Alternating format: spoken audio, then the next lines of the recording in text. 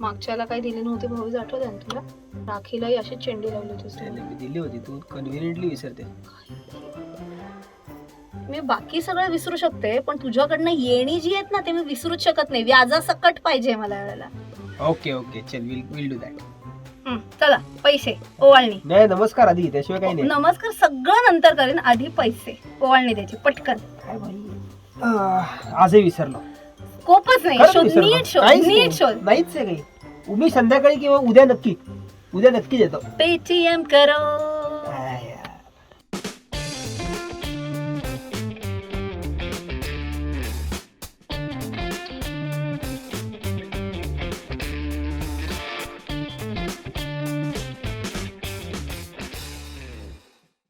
Hey folks, here Rachana Ranade here, and I welcome you all to a very interesting video which is about tadang. I'm sure you have guessed the company name, right? We are going to talk about the details of this company, industry analysis, and so much more information. But before we proceed, wishing you and everyone in your family a very, very happy Diwali. Now let's start with what does the company do? So which company? 197 Communications Limited, very commonly known as Paytm. Okay, company majorly has three segments. Which three segments? Number one, it's payment services. Number two, commerce and cloud services. And number three, financial services. Okay, now if I talk about payment services, one common real life example which you have surely experienced, that whenever you go to a shop and you make a payment through Paytm, then I'm sure you have heard that sound, Paytm पर 10 रुपए जमा हो गए. That is the Paytm sound box. Okay, they launched it in 2019. That is a classic example of what Paytm payment service basically. Okay, second one is their commerce and cloud services. I'm sure you might have booked movie tickets, you might have booked air tickets, okay, through Paytm app. That comes under which segment? Commerce and cloud services segment. Okay, and the third one is financial services. Again, Paytm Payments Bank, everyone has heard of. That is under financial services. Also, I'm sure you might have checked out the fast tag on Paytm. That also comes up under what? Financial services. Okay, all these were real life examples that I'm sure you have certainly come across at least once. So with all these base examples now, have a look at this chart which has been given in the RHP that talks about the journey of Paytm as well as what all are the various other services which are categorized under these three segments which I already discussed about, right? So if you see 2009 Paytm launched, 2012 payment gateway, 2011 Paytm wallet, so many more. Okay, but wait, what is the color coding? All blue are what? Payment services. So did we talk about Paytm wallet? Yes. Paytm gateway or QR codes, soundbox, everything, smart POS, all comes up under what? Payment services. Something in green, commerce and cloud services, movie ticket, flight ticket, event ticket, Paytm First games, also under commerce and cloud services. And financial services, I did talk about Paytm Payments Bank, FASTag, of course Paytm Gold, equity trading, so many things under the financial services. As you can see in the chart itself, you can see that the increasing innovation and pace of product launches. So they are going really aggressive starting 2019, right? Let's try and dig down further. You might have this question in your mind wherein so many things they have come up with. Is 197 Communication Limited alone giving all these services? Is alone selling all these products? The answer is no. Have a look at this chart now. Okay, this chart talks about three major things: payment services, services offered by whom, and the revenue model. Okay, I'll give you only one or two examples in each category. So for example, in the payment services category, recharge and bill payments. I'm sure everyone has tried to see some coupon codes wherein you can get some off while you are paying any telephone bill or electricity bill, whatever. Okay, services offered by whom in this case? OCL. OCL is what? 197 Communications Limited through supply from own merchant network and PPBL, Paytm Payment Bank Limited. Okay, now what is the revenue model in this case? Two types of revenue models. One, they are going to charge a fee from the merchant, that is called as a processing fee, and one will be charged from the consumer, that will be called as a convenience fee. Okay, second example I would like to give from the commerce and cloud space. Let me talk about, let us say, entertainment ticketing. In entertainment ticketing, you can see like the movie tickets that I gave the example of. Okay, who is giving the service? OCL. Along with whom? along with Wasteland Entertainment Private Limited, which is Paytm Insider, and that's a wholly owned subsidiary of OCL. Why am I telling about all these things? Because when I read the RHP, I found that Paytm is not the only entity. 197 Communication Limited has almost 30 subsidiaries. Okay, so all these services are offered either by them or by the subsidiaries or a combination of both. Okay, then if I talk about the one more example in the same games, here you can see Paytm First Games Private Limited, that's a subsidiary again. Both these cases, they are also charging something for the consumer and something from the merchant. In the example of games, from the merchant they are charging a hosting fee, from consumer a platform fee. One or two last examples in the financial services space. If you check the wealth management, you can see Paytm Money Limited. Again, it's the wholly owned subsidiary. Here again, just one last example. Maybe if I'm talking about insurance, I'm sure everyone knows that you can also buy insurance from their platform. In that case, you can see Paytm Insurance Broking Private Limited. That is also a subsidiary. Okay. In these two cases, how are they going to generate revenue? Through brokerage income. Now going to another important part in the same segment. What? Okay, we have understood three major points, right? But how much revenue is contributed by which segment is important now, correct? Again, here you can see that if I'm talking about the very first one, which is the Paytm, which is the payment services category. Payment services category, if I'm talking about the year 2021, almost 35% plus 36%, that's almost 71% of the total revenue is contributed by which category? By payment services category. So is that like the most important one for 197? Yes. Second one is commerce and cloud, that accounts for roughly 25%, and the smallest one is financial services, which is roughly accounting for only 5% of the total revenue. Let's try and understand who is 197 Communications Limited. It is India's leading digital ecosystem for consumers and merchants, as they have built the largest payment platform in India. Now, how do I say largest payment platform? Based on what? Based on number of customers, number of merchants, number of transactions, and revenues as at 31st March 2021. Is that my study? No, that is as per Red Seer. Okay. Second one more important point, I can say that they offer payment services, commerce services, cloud services, and financial services. Did we discuss all these 3 points in the previous segment? Yes. To how many people? To 337 million registered customers and over 21.8 million registered merchants as at 30th June 2021. Amazing numbers, I should say. And one more point I would like to tell you is that in 2009, I should say way back in 2009, the company launched its first digital mobile payment platform, which was known as the Paytm app, and which taught us what is cashless payment service. I'm sure I remember in 2009, that was when I just became a chartered accountant. At that time, what do we mean by a mobile wallet? Oh my god, that was such a huge technology shift. Everyone knew just a normal wallet, but mobile wallet, that was a big thing. And that is what Paytm introduced us to. Today, we can easily visualize ourselves going out with mobile, because we have all various types of payment options available with us. But back in that time, it was only Paytm Payments app, which helped us, to go to the next step. And I can say even demonetization helped it boost to a further extent, right? Chalo, one last point I would want to add up here is that it became India's largest payment platform with a total brand value of 6.3 billion US dollars as per Kantar Brands India Report 2020. Okay.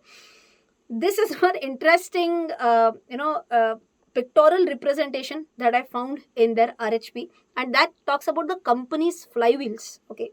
In simple words, that's their thought process on how they started the platform, how they went into more and more avenues, and how they expanded it to a next level. Okay.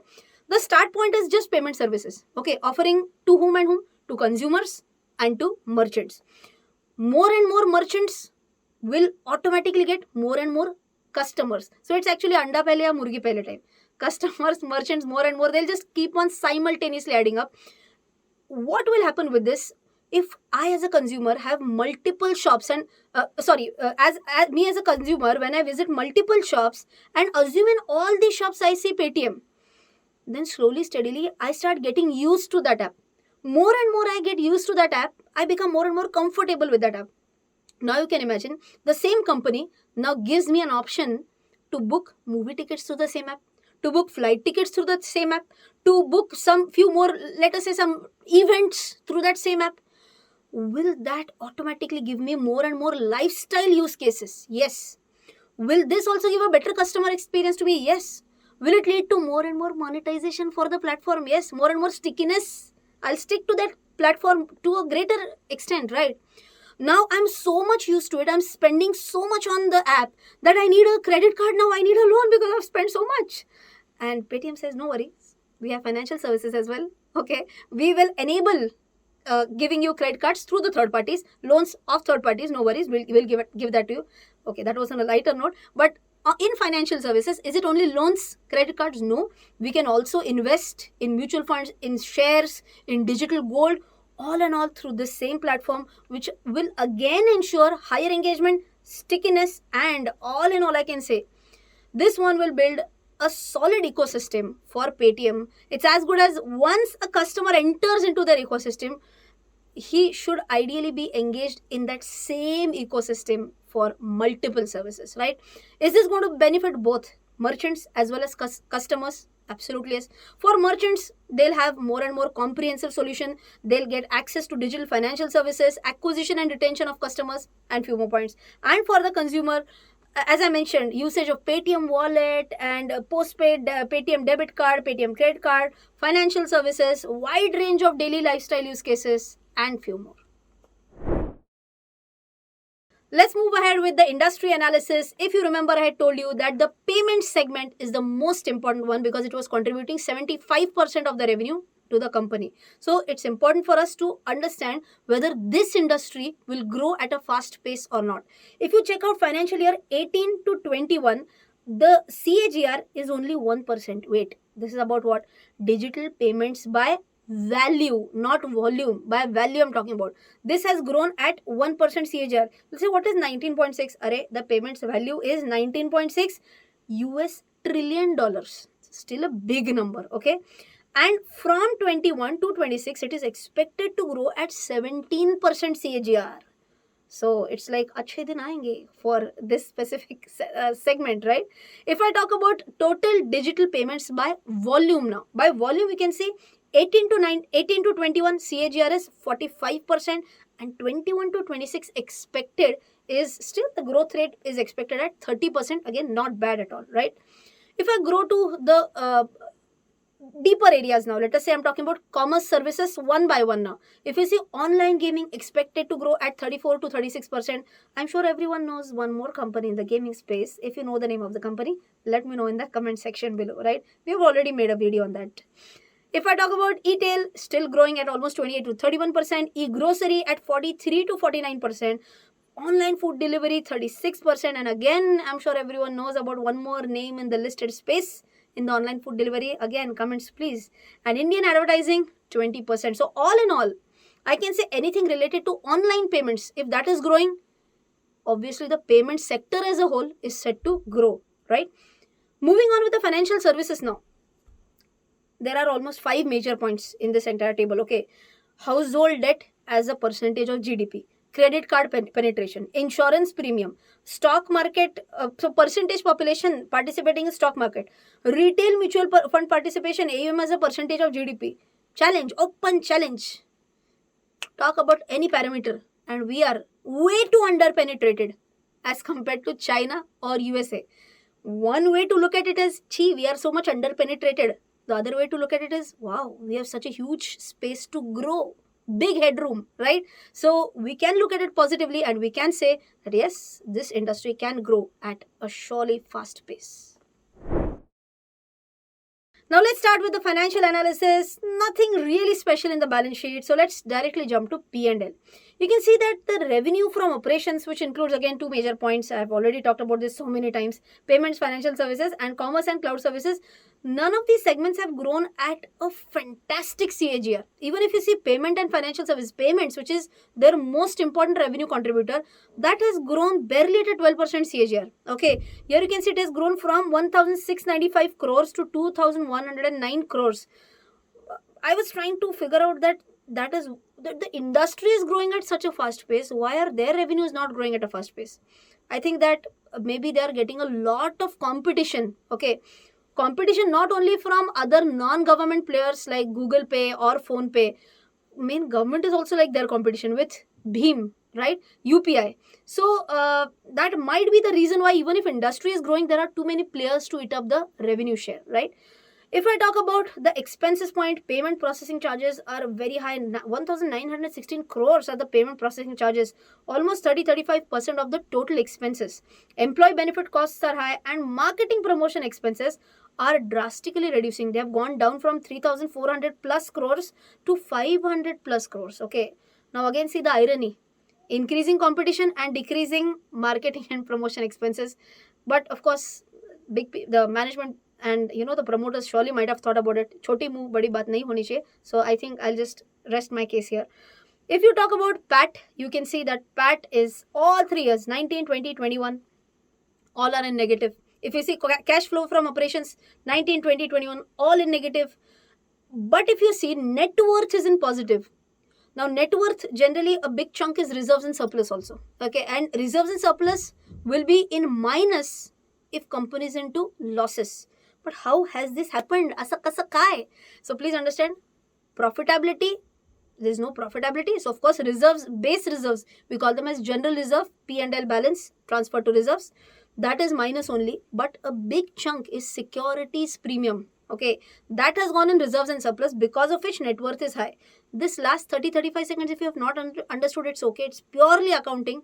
That CA inside me just I couldn't stop myself. Okay. Anyways, chalo, moving on with the next point, which is about valuation and peer comparison. How do I value it? Big problem. Why? Losses. That's the main problem. EPS can't do any valuation.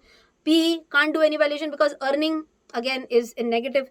Return on net worth, everything in negative. How do I do a valuation? And NAV, I told you right now, NAV 104. How come it's a positive value? I just now told you securities premium is one of the major reasons why NAV is positive. But 104, okay, is that a huge number? I mean, is that a very small number as compared to the IPO price? What is the IPO price? It's 2,080 to 2,150. Okay. Next one is preferential allotment. I've tried to find out one more way. I was just, figuring out how do I value it. For that, one possible way is that the issue price in November 20, February 4, and December 13. You can have a look at this table. This talks about the preferential allotment, recent preferential allotment. Okay, there were many preferential allotments in the RHP. I've taken last 3. Okay, you can see that the issue price is 18,000 plus for all 3. How come? Because at that time the face value was 10, and recently, that is on 30th June 2021, the face value is split from 10 to 1. Okay, so ideally it is coming around 180 rupees ke 1,800 ke aspas. Okay, if I divide these, issue price per share divided by 10, okay, how much are they offering it us for? They are offering it us at 2,080 to 2,150 price band, almost a 10% addition to the preferential allotment price. If I try to do a peer comparison, no listed peers. If I try to do an industry comparison, again, because there are no listed peers, I can't do an industry comparison also. Okay, moving on with the risks. I did talk about this company is continuously into losses. Possibility that it further incurs losses for few quarters or years, possibility is high. Negative cash flows. Here you can see all cash flows are almost, barring 2021 year, cash flows are in negative.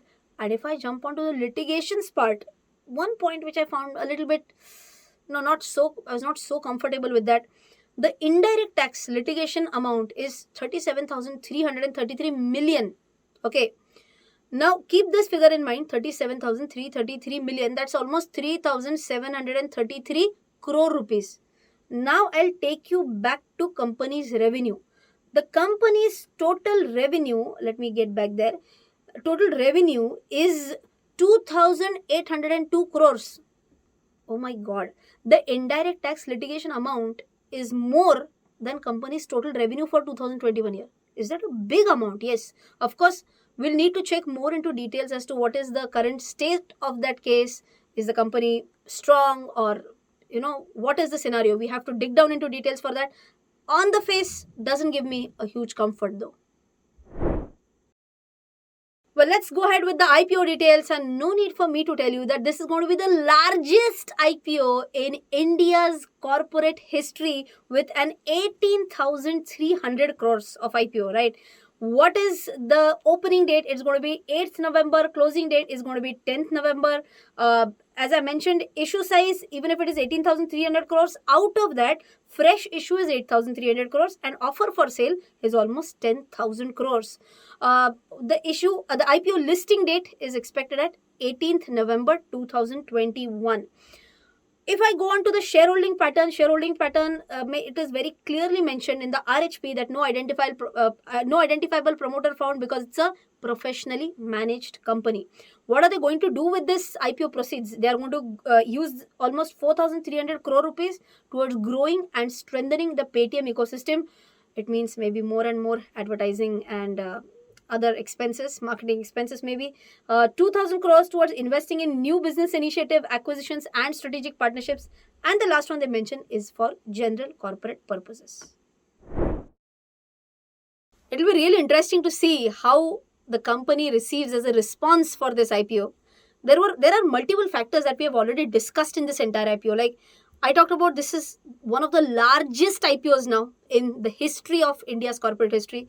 Number two, we said that this industry is actually set to grow at a very fast pace, but because of maybe a lot of competitors, the company is not yet performing up to the mark. I can say that's my personal opinion, obviously. Number four, if you see the valuations of this company, very difficult to justify the valuations if you see the losses, negative cash flows and all that. But there is always a counter agreement for this. That these days all these new age companies are based on a valuation based on that story rather than valuation based on the numbers. So what is your choice? Are you going to apply for this IPO or not? I want you all to tell me in the comment section whether I am going to apply or not. That I'm going to tell you on 10th of November. That is the last day at 10 a.m. So see you on our YouTube channel, CA Rachana Ranade. Till then, you can share this video with your friends, relatives, family members, and take care. Jai Hind, Happy Diwali, and bye-bye.